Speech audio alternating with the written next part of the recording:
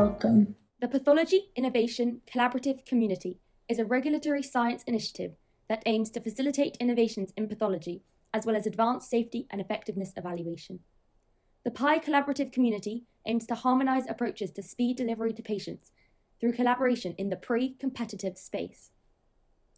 The PI CC is open to all stakeholders, public or private, including but not limited to academia, industry, healthcare providers, patients, and advocacy groups.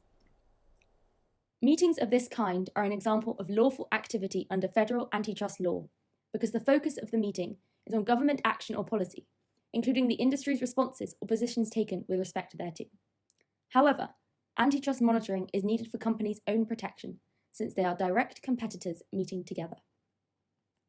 These meetings need to stay within protected subject matters and need to be monitored so that they do not stray off into inappropriate areas, such as pricing and price terms, sales and service territories for particular products, customers and customer territories, each company's individual decisions regarding selection of suppliers or customers, marketing plans and especially future marketing plans or new product offerings, other proprietary or competitively sensitive information.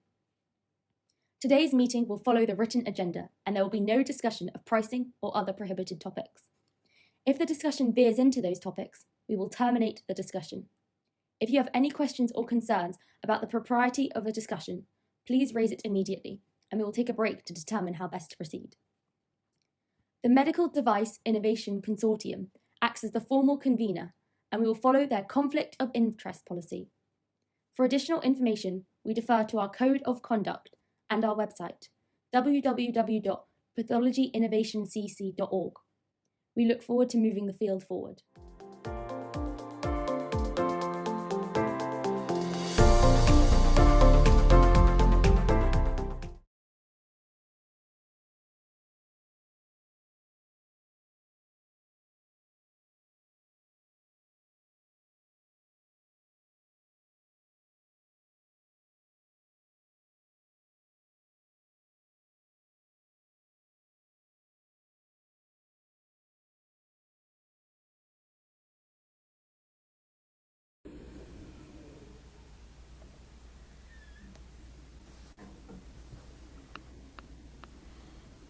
Hello. Hi, Jochen. How is everyone on this beautiful Wednesday? Brandon, hey, good seeing you. See Julia. Hey, Katie. All right, as people are joining, let me just see.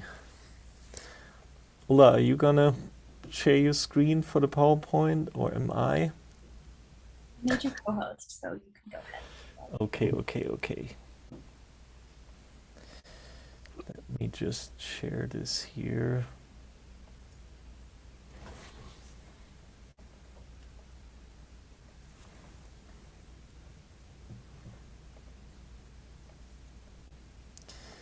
All right. At 3 o'clock, so we can get started.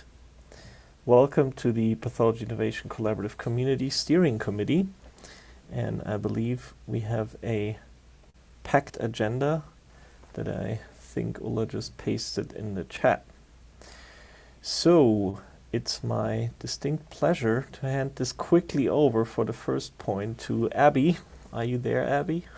I am here. Perfect, representing the Digital Pathology Association. And do you mind giving us a, I think, quick overview over the DPA Pathology Visions meeting?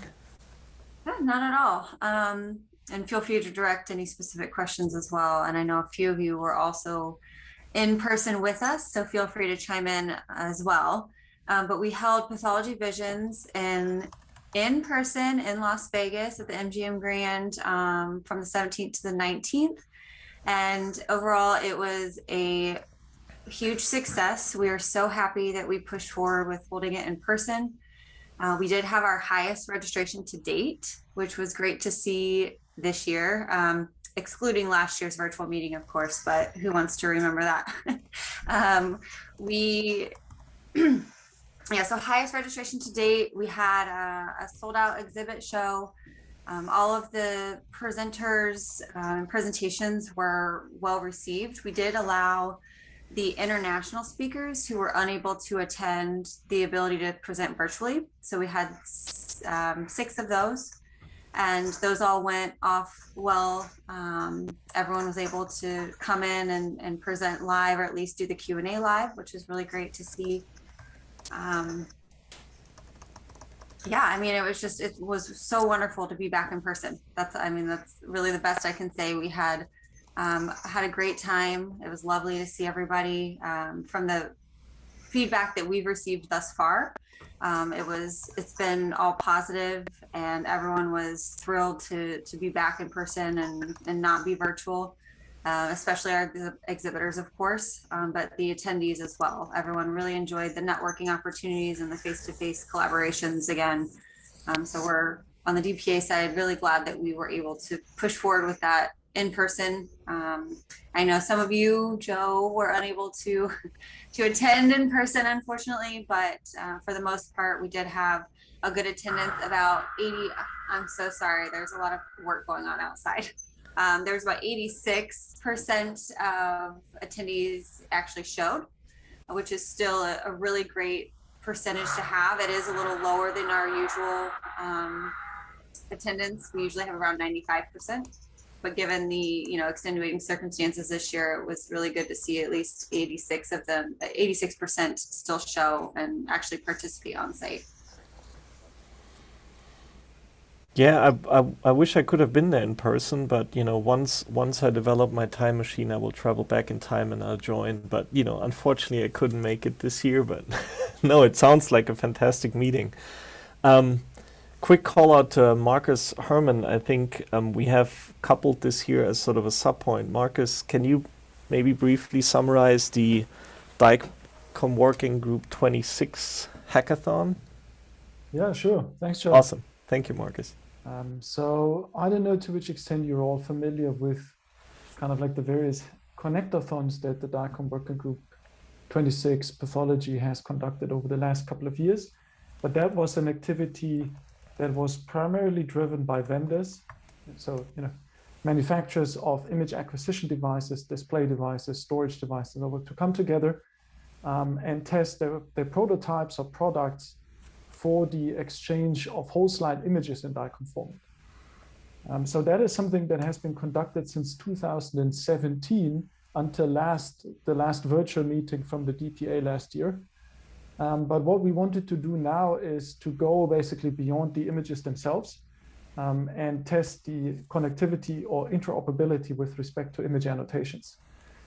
Since that is something that is still relatively early and there are not that many products out there that support that in DICOM, we opened that up to a wider community, including academics, individuals, organizations, whoever basically wants to participate in the process. And we organized an event that has been virtual so far, where we connected over the internet and basically provided a pack system where images and annotations could be stored. And then participants were tasked to either develop an image display system or an image analysis system that would generate, produce, or consume image annotations or analysis results in DICOM format. So we had a lot of interest. We had, I think, 19 participants from the US, Europe, Asia, various groups, both academics as well as industry, lots of small startups that participated. And so we hope that this is something for the upcoming year, 2022, that we can now move this more towards something like a connectathon with more industry involvement and a lot of the players in the field of AI systems, to bring this into a more serious format where we would then actually test various products or at least prototypes that are out there and see to which extent we could make them interoperable for the exchange of AI results. So I think if you're generally interested in that activity and want to participate, there is a website on nima.org that lists the various working groups, including Working Group 26 for Pathology, and there are email addresses. So if you're interested, we're meeting regularly in calls to discuss these activities. And so that would probably be the best way to get in touch. Otherwise, you're also happy to reach out to me directly by email. Perfect. Any questions? Questions from the group? I pasted some of the dicomnema.org links also to the 2017 and etc. in the chat. So if you have access to that, it would be great. And thanks, Marcus, for organizing. That's very relevant, probably a few years ahead of the curve. Brandon, you raised your hand. Yeah. Marcus, are you still accepting some use cases to put in the mix? Yeah, absolutely. I mean, this is something. It's still early, right? This was the second hackathon event that we conducted. We had one earlier this year in Europe, now one at Path Visions. We intend to do the same next year, to have one at the European conference and one at the American conference. But one of the things that we'd really look forward to is define very concrete use cases. And I think, you know, your project, Brandon, that you've been spearheading, I think would be a perfect fit for that, where there are existing annotations, and we could try to get those into DICOM and see whether that would be a mechanism for exchanging those, if that's what you're referring to. It is, because I have not yet shared the annotations with you, and I regret that. I was worried that there was a missed opportunity here. No, I think that we're definitely going to have these events moving forward. The question that we're trying to sort out at the moment is, you know, how serious we want this, whether we want this like very loosely organized, like these hackathons, or more formally with, you know, more industry participation. But I think that's something we're going to sort out. And there is also the possibility to just do both, right? To do more of kind of like an academic exercise, and maybe more something geared towards, I don't know, medical device. I don't want to use the wrong terms here, but more towards, you know, testing of prototypes. Let's put it like that. I would be happy to connect, Brandon.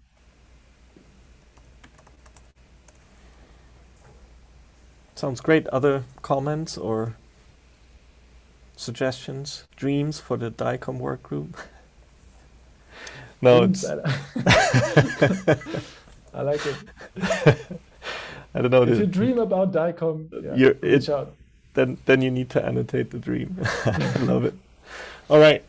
If there are no more questions about visions and or the, you know, shuffled in DICOM hackathon, great job. I think it's, you know, a glimpse of hope in the COVID world or post-pandemic world that, you know, meetings are going to be back in person. Let's move on. There was the opportunity of a collaborative communities FDA town hall meeting.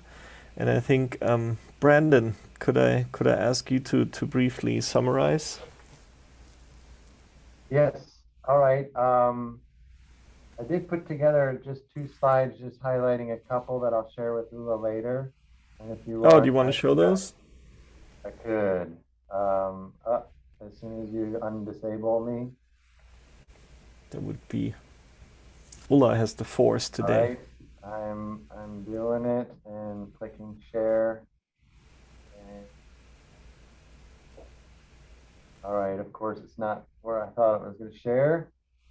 Over here you see a black screen until now. You see a black screen and now my stuff? Yes? You see nothing? Picture of everybody. A picture of every, so I was in the right place to begin with. I can't tell. All right, it's coming. And This is like a meta zoom. there we go. You see it now? All right. Yes. All right. So yeah, I just wanted to point out some collaborative communities that are kind of related to Pi CC. And with the experience for me, first of all, you know, I was kind of new to be a part of that sort of a situation. It was a all hands meeting for CDRH, the Center for Devices, and where they're trying to just make sure the rest of the Center for Devices knows about these collaborative communities.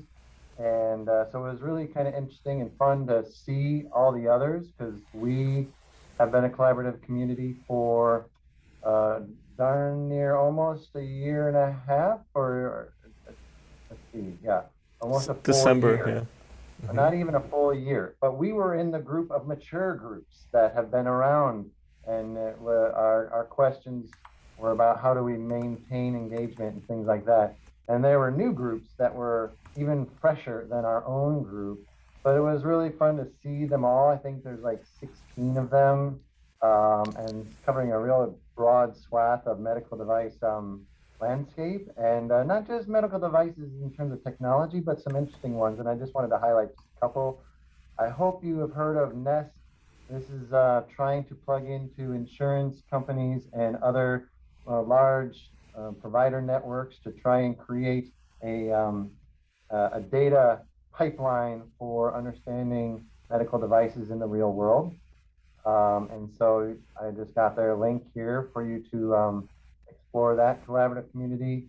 Another one that kind of might not be my specific area, but I thought maybe some people on this call might be interested in a collaborative community about liquid biopsy standardization. You know, I've poked around a little bit, and there's a white paper that they have. And then the other that is near and dear probably to this group is the artificial intelligence group. So I think it would be great if we had some of our group kind of be connecting points to these groups. And I'd be happy to help with those introductions to make that happen, just so that there's shared experiences and an ability to really know what each other is doing rather than be siloed like the rest of the world. And then here's a couple new groups, and I really wanted to highlight this color collaborative. So you might think digital pathology is in color, but this is actually about diversity and inclusion. And really what they talked about during the presentation was about how it's drawing patient groups to their group. So I thought we could really use some more patient involvement, and be really happy to make an introduction so that we can find out if we can draw any more patient advocates or representatives to be a part of our collaborative community. And then the other two, pretty new, their websites were a little sparse, but one about laboratory practices and pharmacogenomics, and then the other is about data. So that seemed like up our alley as well, but not too much to figure out what they're up to. But that's what I wanted to share, and I'll send these slides to Lula later or take questions. Joe, I wanted to jump in here. So Brandon, thanks for sharing those information. Just to add to that, I have started quarterly calls with MedTech Color and Data CC shown here. They're relatively new. They want to learn from MDIC, SPICE-CC, but at the same time, I already realized or recognized that some of the activities that MedTech Color is already taking upon can have significant impact or benefit to us. For example, as you can see in the description there, inclusivity and inclusion and expansion are their kind of themes. And for example, PICE's trainees group can get benefited from some of the learnings from MedTech Color. And Data CC similarly, it's organized by Digital Medicine Society. There might be some overlap. They're broad in terms of their approach, but so I'm planning to give PICC update to these groups on a regular basis, and then can report out additional opportunities and engagement. There are some challenges. For example, Data CC, they don't allow everybody to be members, and it's not like PICC the way they operate, but I will probably act as a liaison and gather and share the learnings with this group. I think in addition to Jitesh, to have a second person also with a different perspective maybe than MDIC would be great to be part of these. And that was another interesting thing that Jitesh just mentioned. And each of these collaborative communities runs very differently. All of them started differently. All of them are kind of moving differently. You know, some of them are actively creating projects that are really owned by the collaborative community. I think we want to get there, but I think we also operate very well in the with projects being shared, people are allowed to provide feedback or even jump on as collaborators. So a little bit more of a co-op structure is what we have, I think, and I think that's working for us pretty well. Yeah, so maybe for those who were not too familiar with this, so the currently 12 collaborative communities was one of the strategic aims of the FDA to be accomplished by the end of 2020. And this was the first town hall across all the different collaborative communities. And some are tackling completely different things like, ophthalmology, and, some are more, in the, case for quality, of course. MDIC is, I think, the umbrella organization for most collaborative communities. So big shout out to MDIC for supporting this approach. But I thought it was sort of a very comprehensive portrayal of the activities.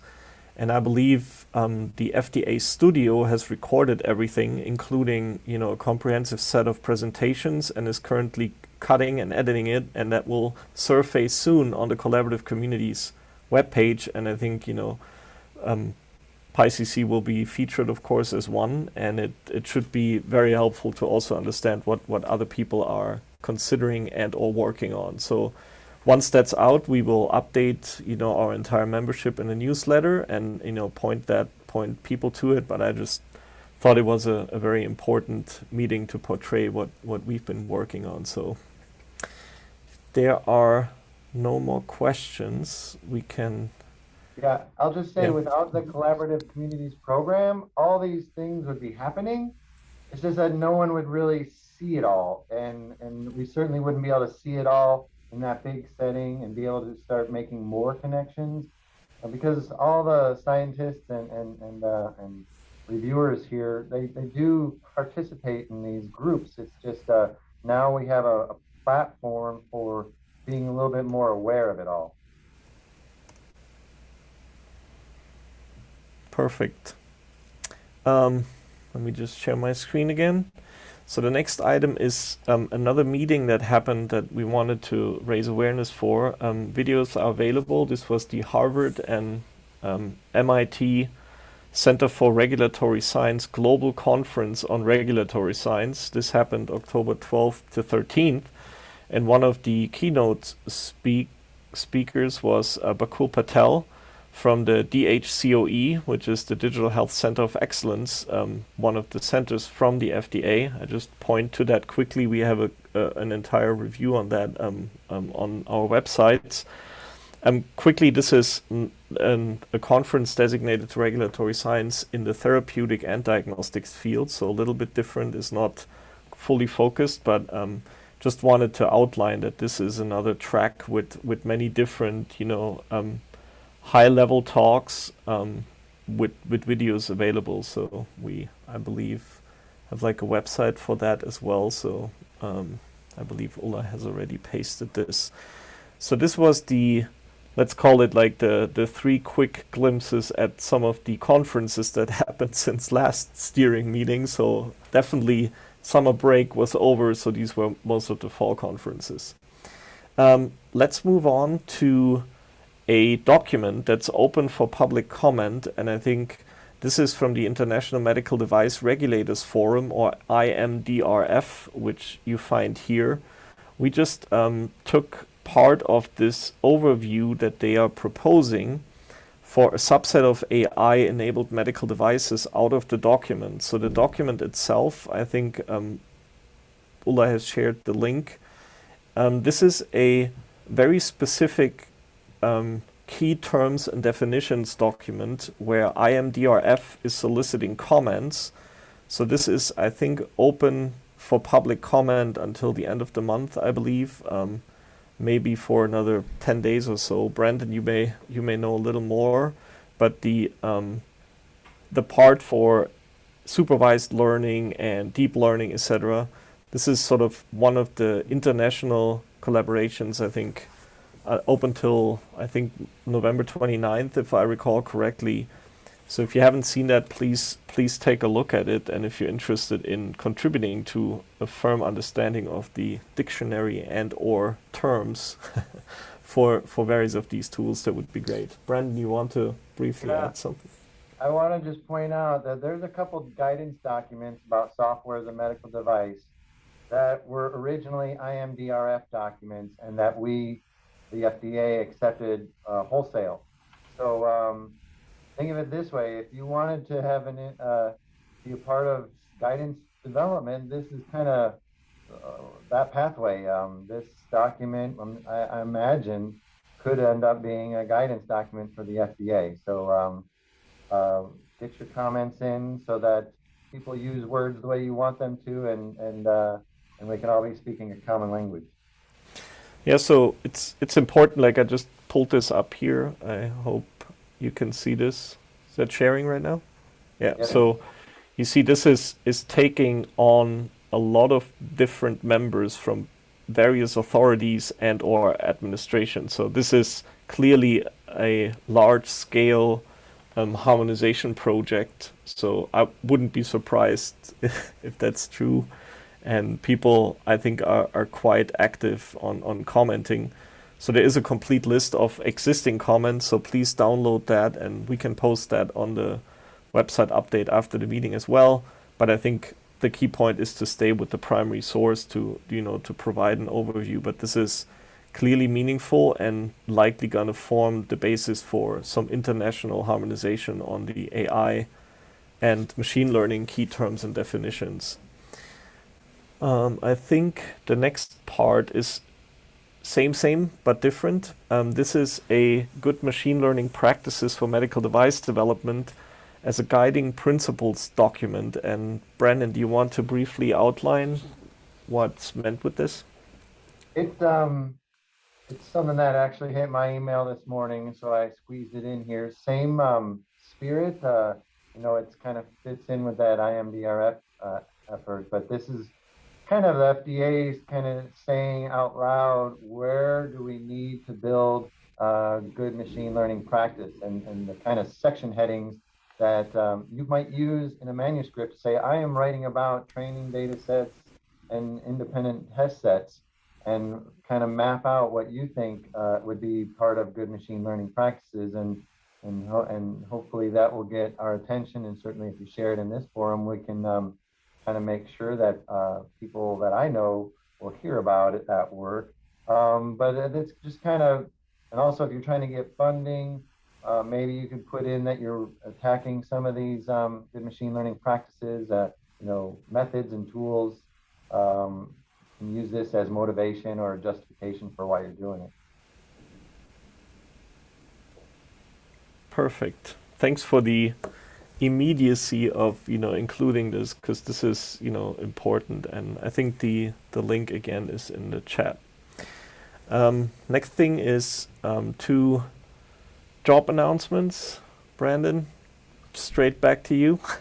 Yeah, if you want to be my boss, or one of my boss, this deputy director position in our division would be one pathway to do that. And then also OSO has started to maintain its own page of opportunities that are in the office, and it'll be, I think, pretty sure it's going to be updated from time to time, so you can send your fellows or people that are graduating, moving on, and looking for other opportunities.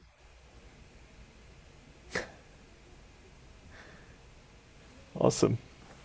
All right, that is the job announcement. I don't want the job, by the way. Yeah, I was just gonna say, are you applying? Sounds like management. That's not me. You could be your own boss then, I presume. Just a joke, of course. All right. Next, there is a global, I believe, non-profit and advocacy organization called Pew, and Pew Charitable Trusts has surfaced with a article about the need for additional regulation. Diagnostic tests that are not reviewed by FDA present growing risks to patients, and the role of lab-developed tests in the in vitro diagnostics market. It is, of course, related to some of the efforts that are ongoing. VITAL as well as Valid Act come to mind, on the US side. What I thought is very interesting in the article is that there are 2 figures that are very helpful to understand sort of the LDT versus IVD concepts that I believe many of us are dealing with. So we just wanted to quickly point to it. Abstain from any commenting on ongoing legislation, of course, but it's a very important piece that I think will get a lot of attention. I heard a rumor, obviously non-confirmed, that the New York Times will have an article about this part tomorrow. If not tomorrow, then next week, Thursday. But just wanted to point this out. So growing interest in lab-developed test regulation.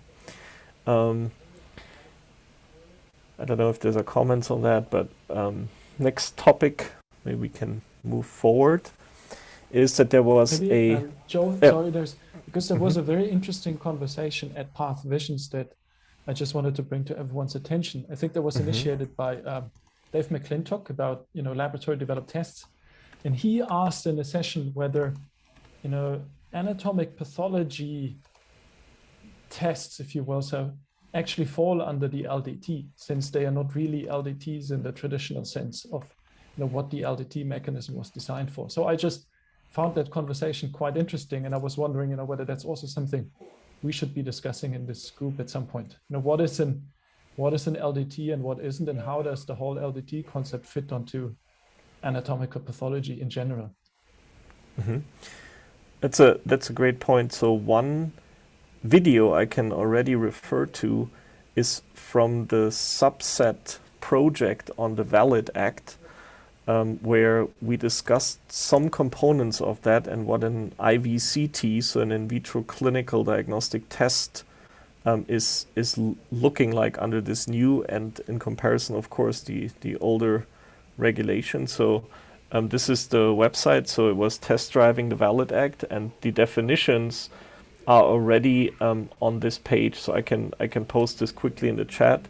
So just so we did discuss this. So of course some of this is still sort of hypothetical, but I agree, Marcus, that the of course key question is a immunohistochemical assessment, is an H&E examination, an IVCT, is of course a big debate.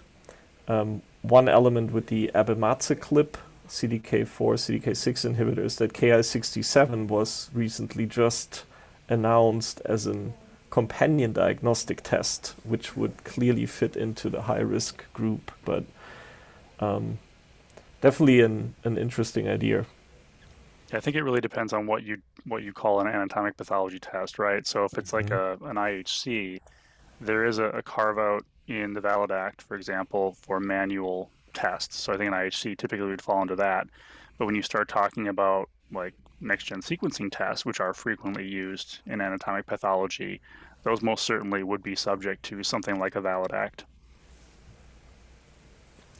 Maybe we can, thanks Shannon. Shannon was, of course, driving, or he was the test driver of the Valid Act, or one of the test drivers in that group. Thanks, Shannon.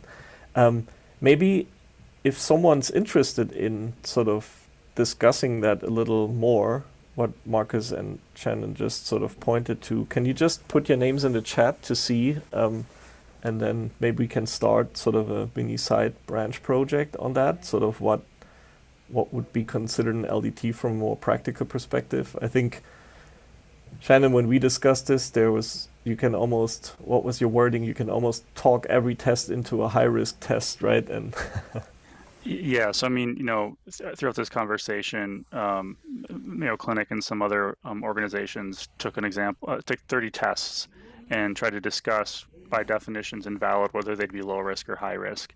And in just about every circumstance, we could talk ourselves around to a test being high risk. So it just demonstrates that those definitions are really, really important. I think the first, so we've gone through two scenarios with that sub-project that Joe mentioned. I know one was IHC, and I think the other was next-gen sequencing, and then we've got one more tomorrow. But those were recorded, so if folks are interested, they should be posted, I believe. yes, they are. So let me just quickly go back. So we had three use cases. Let me just blow this up here. The first one was whole slide imaging AI application for Gleason grading. Second was a PDL1 IHC for solid tumor, and then the next one will be, we get to that in a second, so this is coming right up. But we can if you're interested in that. I saw Peter made a comment in the chat. In the EU with the new MDR regulation, virtually everything will be an IVD, including IHC, and that's. Peter, do you want to say a few more words on that? Yeah, it's just like that, and we're actually preparing for that. It's a lot of work. Also, all the commercial companies have quite some problems with that, and that's why now the EU actually postponed the start of this all, because it should have been now 23 or so, or even 22, but now they will postpone it for another years, because it's not doable in this short time. But this will include every immunohistochemistry and whatever test you have, electron microscopy and so on, every software, whatever kind of AI. So all your use cases you show would fall into that. Would require this. It's not nice, and also limits even more own lab developed tests. But this is what we have to prepare for. Yeah, it's a definite sign in the direction that definitely more regulation coming. So I think any input is good to make that as meaningful as possible, and without stalling innovation too much, but keeping it safe at the same time. But please take a look at this article from Pew. There's good pictures in there. Whether you agree with the content, I leave that up to the enlightened reader. I think maybe there's another point of this, and our CEO also told that this regulation is kind of strongly empowering companies to take over many things in EU. Or in Germany also. I think we do have some solutions which are well validated using various approaches, and are not maybe based on strict C certified approaches like PDL1 that you have to do with a specific autostater and so on. So I think that's maybe a little bit different approach, and now it changes a bit. So I see it a little bit critically for our part, because I'm not sure if this will be payable. So I think we have to see how we will deal with that in Europe and Germany. What I find quite interesting from more kind of like a scientific angle is that a test usually, I don't know, in the clinical pathology side, right, there would be a measurement where you have a unit and you get one value kind of like as the observation. I think for some of the histopathology tests, why we don't really consider them tests sometimes is also because the output of that test procedure is not that clearly defined. It may be, I don't know, several pages of text. And so thinking about, what a test is and what it isn't, I think that is also a super interesting aspect here, independent of how it's then going to be regulated. But I think the two tie nicely into each other. Well, and then you also get into the question of practice of medicine too, where I would make the argument that with an IHC, the test is the pathologist's eyeballs, and they're making a professional interpretation. So it gets very confusing. Yeah, because if you now throw AI into the picture, right, that would then score the, I don't know, IHC, would perform the quantification, then all of a sudden that may be a very, concrete measurement that is outputted by a device.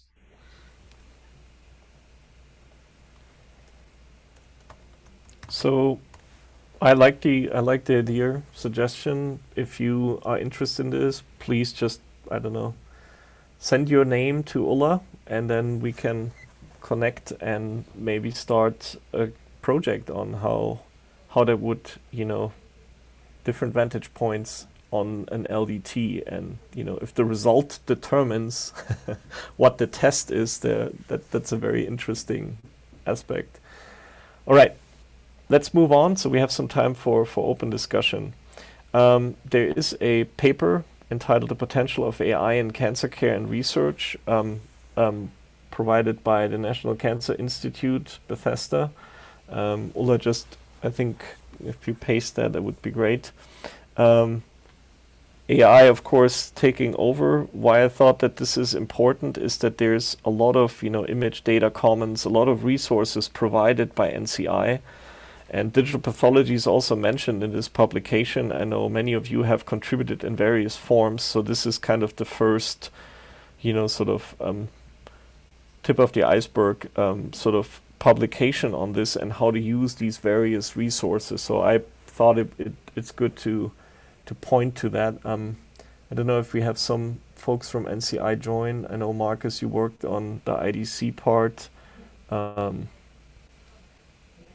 maybe just to mention, the first production release happened earlier this month. So with pathology data now being included, it's only a subset of what has been previously found in the cancer imaging archive that is now available through the IDC. An interesting aspect of all of that is that in the imaging data commons, all the data, meaning the images as well as any annotations, image analysis results, etc., will become available in DICOM format. So that is, I think, also a very strong incentive potentially for vendors and others to jump on that train.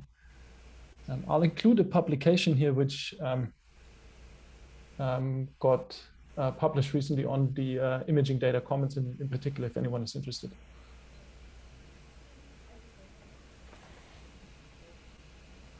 Perfect. Some familiar names on here. It's awesome. Thank you. Thanks for sharing that. Let's move on. I think the next topic is an update from the trainees group. Julia? Yes. Just a very small comment after an extended summer break. We're finally super honored to announce our next key speaker event for the trainees group, Siba Al-Hussein, who is currently at the University of Rochester in New York, and who's going to be talking about the utility of designing and implementing AI tools in the hematopathology practice, and therefore how to start your own project. So it's going to be a very practice-based approach for hematopathology, but of course can serve as a blueprint. So we're absolutely excited to announce that, and that's going to be November 22nd at 9 a.m. And we're of course going to advertise that more on Twitter and on this website. Fantastic. Thank you for organizing. And here's a quick shout out. In case you just fell asleep because you thought I'm not a trainee anymore, please think about the people working for you and all the other trainees that you work with every day, and please provide them the opportunity. This is amazing. This is self-organized from trainees for trainees. So yes, I very much advertise for us. Yeah, so it's so easy to not think about it, but thanks a lot for organizing it, and this will be, I think, in close proximity to our next steering committee meeting. There's a few upcoming PyCC meetings. One we already discussed, which is tomorrow, same time, same place. This is the third part of the Test Driving the Valid Act. There's also a meeting on Friday, which is a privacy pilot project. If you haven't seen that, please go to the website, check under projects, a privacy pilot. This is with Joel Sirentrapin and a lot of other data experts on a very interesting idea to throw out blockchain again and some federated security checks. So that's definitely coming up. So in case you're interested in that. And then the third meeting to announce, this is Tuesday next week, is a payer working group meeting discussing sort of the next steps regarding financial sustainability. And the next point, I think I handed over to Jitesh, and he wanted a brief discussion about defining what a member is. Jitesh, do you want to briefly discuss and outline what the question was? Yes, let me share my screen.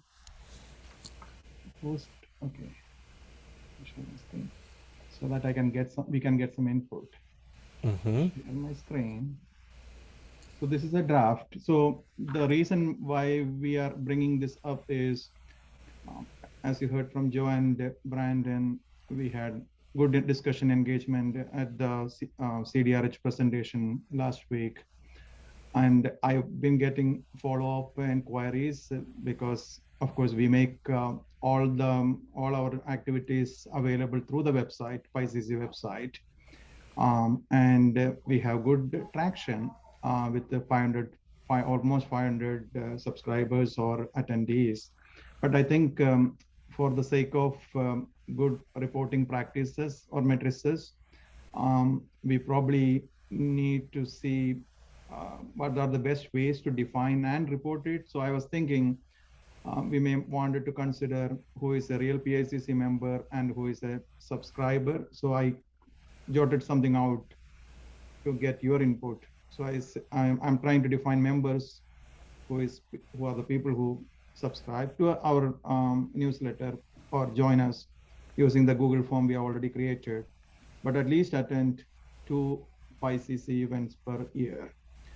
Events in the sense it can be these monthly meetings, subgroup meeting or working group meetings, or any in-person or virtual event that we host or we coordinate. Whereas everybody else who just be there on the information consumers by subscribing to the newsletter but not attending, we will report them as PyCC subscriber. So we'll have 2 demographics to project or report out. Since we are already now, PyCC is getting matured as an organization or a group, we may wanted to have some of these things when we come up with our annual report or whatever reporting out. I'll stop with that. So any suggestions, any wordings or anything is welcome here.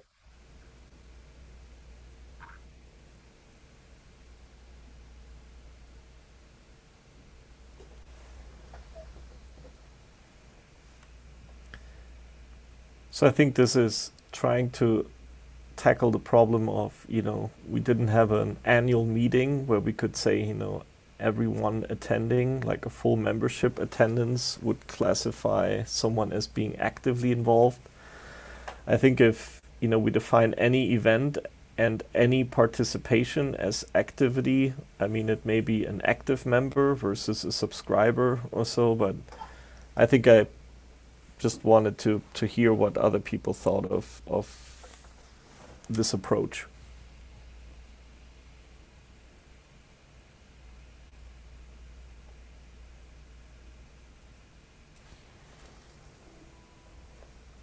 Seems very administrative, and I like Peter's comment. Seems like I would manage to be a member. I think this group is definitely member already, probably member *4, because most of the people here. So I don't know. We can put it in the newsletter and the summary and see if anyone objects, if that's okay, Jitesh, and then we just track that, and in the annual report we can just mention sort of the active members.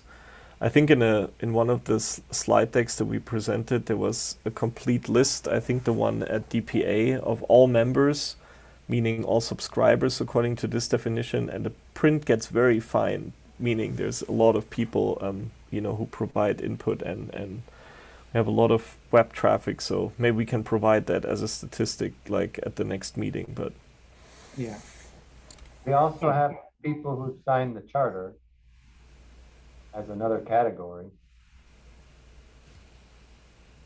If you haven't signed that and would like to, shoot an email to Ulla, and then we can increase the charter's signatory number. So then we have enough metrics, I think, to provide. I believe the key metric here is, whether we provide meaningful information and, distribute that quickly. But very happy to follow this suggestion. Let me just quickly share my screen. There was 2 more upcoming events that I wanted to quickly point to, where we will report next time as well. So one is November 4th. Brandon, do you want to briefly outline what that means and what that is?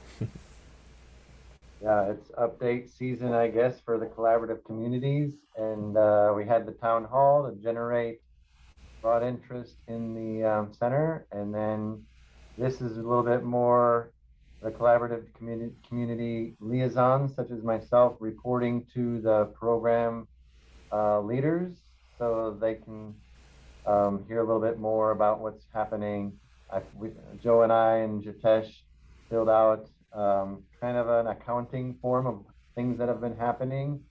I guess we own that, so I guess we could probably share that with everybody. And so you can see how we reported back. And, some of the things that go on in my head when I was filling it out is maybe a little bit easier way to automate some of the counting things we're doing or things like that. But so that's a chance for the senior leadership team on the collaborative communities, I think, including Michelle Tarver and maybe even Jeff Shuren might participate. But there might be some questions for the liaisons such as myself, but I have a feeling to be jam-packed and we're going to be clicking really quickly. Yeah, go ahead and share this here. And just briefly, so people know what's going on, sort of this is internal to the senior leadership teams at the FDA to outline what the milestones are. And as you know, our liaison is Brandon Gallis. The support is obviously through the Office of Science and Engineering Laboratories, the executive sponsors at Majorison. And we have provided sort of what the aims are, and we can share this on the website just so people know that this is basically how the senior leadership inside the FDA solicits kind of what the next steps are. And you can quickly read through that, but we can provide this on the website. I think there's nothing confidential about it, but I think it's important to keep that transparent as well. And of course, we emphasize that everything is done on a volunteer basis and that we provide all the information in the public domain as well as for free. So website is kind of like the key resource here.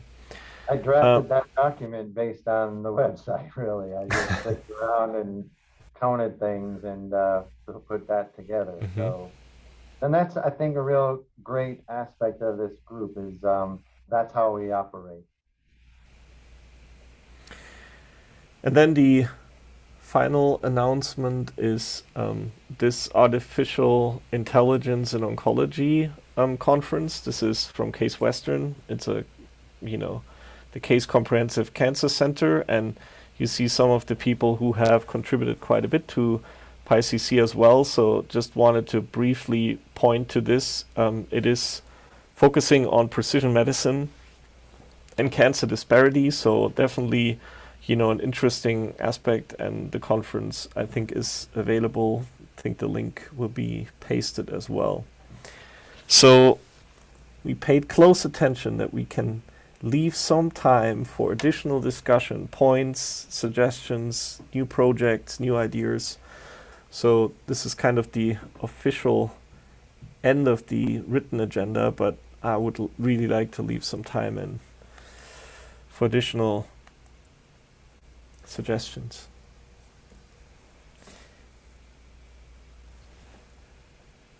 Ola, did you get some names for the LDT suggestion? Wonderful. That's awesome. Any other points, suggestions, questions? No? I'll make a quick shout out for the Precision FDA. It's basically a server where you can get compute time and data sharing, and it was actually created so that FDA and manufacturers could work on data together, mostly omics type data. And I'm exploring that for hosting a whole slide image viewer, and even perhaps collect the digital annotations through that way if we can get it all to work. But I think I just want to say it out loud so that I think that would be an appropriate environment to share data and create tools, whether it's, it supports some Python and R programming, and anything you can do on a Linux machine, it's kind of containerized workstation is something that you can do, and then you can share it. You can create little groups, shared data sets and whatnot. So I think this group certainly should feel invited. And if you register and need a sponsor, I don't know if they deal with it that way, but you know, I'll be happy to raise my hand and be aware and say, yes, this is in the regulatory science space and a group that we collaborate with. Yeah, so one of the groups that's very active here is our patient advocacy group, the Friends of Cancer Research. They hosted several tumor mutational burden challenges through this. You can also see that these challenges through Precision FDA have happened for a while. I know that a lot of next-gen sequencing challenges and annotation challenges have been conducted here, but you know, with COVID and some of the other, you know, points that are emerging, I think there will be soon probably some virtual microscopy or whole slide imaging challenges hosted here as well, but you know, can request access, so great point. We should definitely include the link to the in the chat as well. Let me just paste this. Yeah, if I could use that for my data collection, you know, I would not be dependent on my collaborators. I mean, I really thank all my collaborators for supporting the hosting of images and data collection platform and workflows and whatnot. But here it would be something that we could own a little bit more, and we wouldn't have to use Google for login purposes, and it could all be through the Precision FDA authentication system, and so quite a secure environment.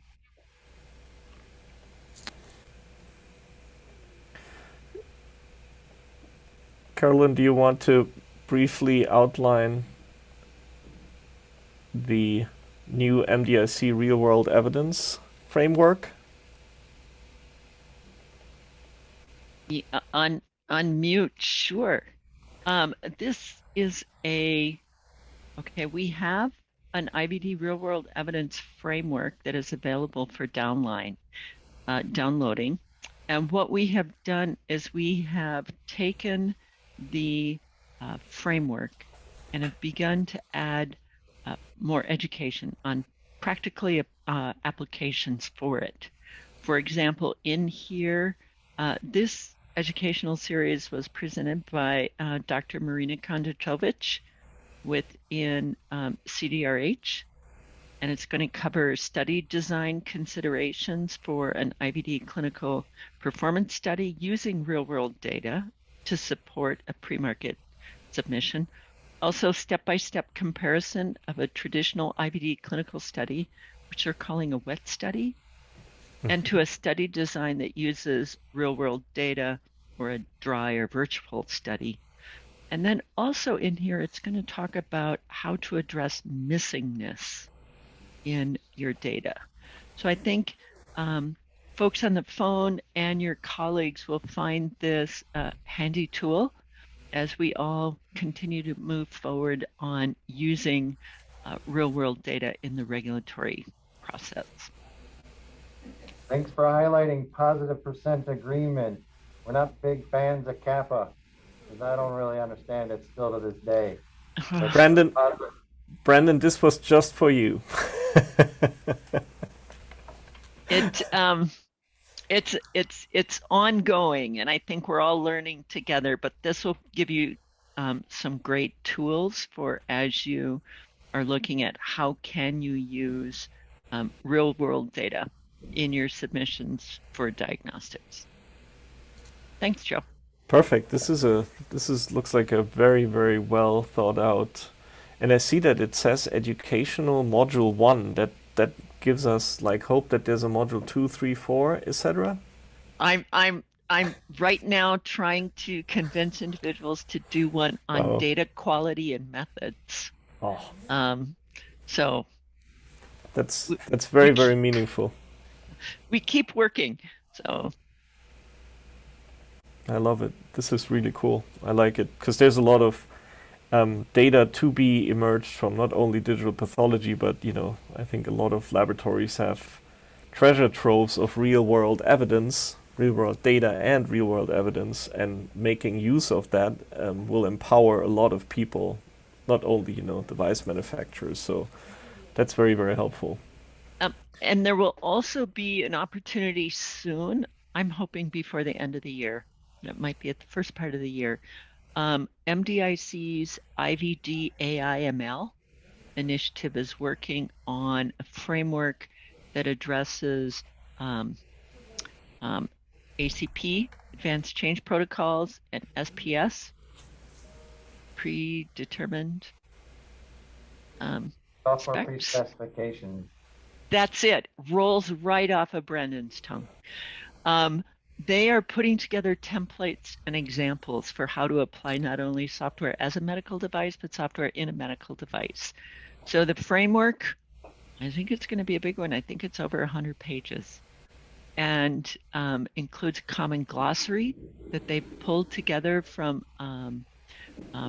Europe and other international initiatives. We want to be calling the same thing. And we welcome all of your input on it so that we can make it a better document and more useful in your work. But I know you guys are way out in front, so we value your input. Oh, would be fantastic. I think, the AI ML work group and, some of the project leads will be happy to provide additional input. That's great.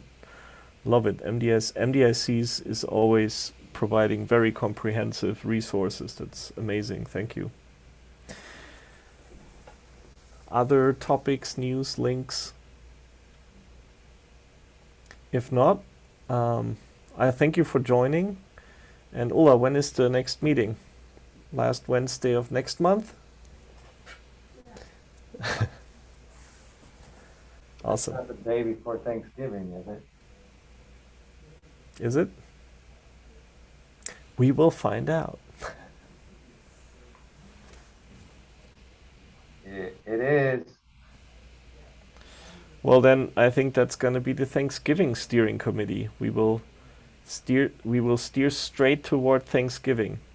I would consider that some people will probably have some alcoholic beverages with them, or some non-alcoholic, depending on your preference. Thank you very much. We're at the top of the hour. Pleasure seeing everyone, and I hope this was informative. Bye. Thanks, Joe. Bye. Thank you.